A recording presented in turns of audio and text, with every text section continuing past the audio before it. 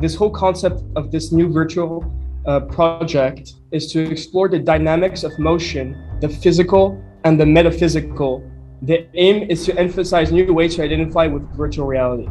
The whole concept of this new virtual reality technology is that the world 3, real 3, is experimented in the virtual headset and is projected on the big screen. So how does this technology work? To begin with, the virtual headset is linked to a dancer. All of this is happening electronically via an online server. The server is connected to 2 phones via a Wi-Fi connection. The point of view, which rotates from left to right, played on World 3, triggers vibrations in order to correct the movements of the dancer. This mechanism helps to guide the dancer, but also remains free at will to obey the commands in a synchronized manner. In order for all this to happen, there needs to be a platform for the production of materials concerning the initiation of the information relay. There is certainly the put in application, basically the production of information from the computer world into the real world. We are left to work with what is offered is concerning the production of materials. This is done strategically enough or controlled, but certainly an error can still occur voluntarily at the start of the program. This interruption is not done brutally. It can be done gently despite the intimidating size between the dancer and the enormous size of the projection. This dancer challenges our views of what we are used to seeing concerning social media and the information that is presented to us on a day-to-day basis on the internet. This phenomenon is already observable during the experience with the help of a wireframe of 20,000 locations under the sea.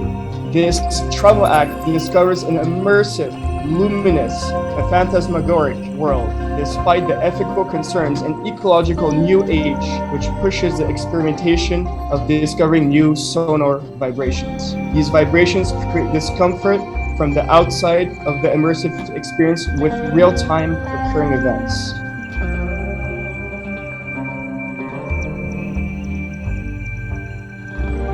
In terms of the actual specificities of the act, the dance and motion of the body will present the audience with a unique opportunity to delve inside the universe of calligraphic motion. This form of movement is not exclusively left out in the World 3 project.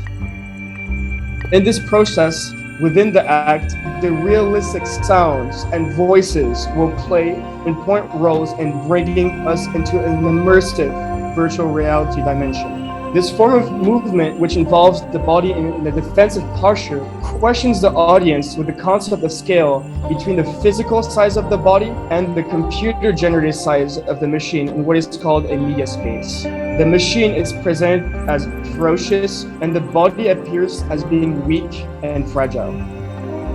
Our main focus is on the comparison between the real and the fictional world and how they correlate to each other. We have prioritized on drawing parallels between the real world and the fictional world.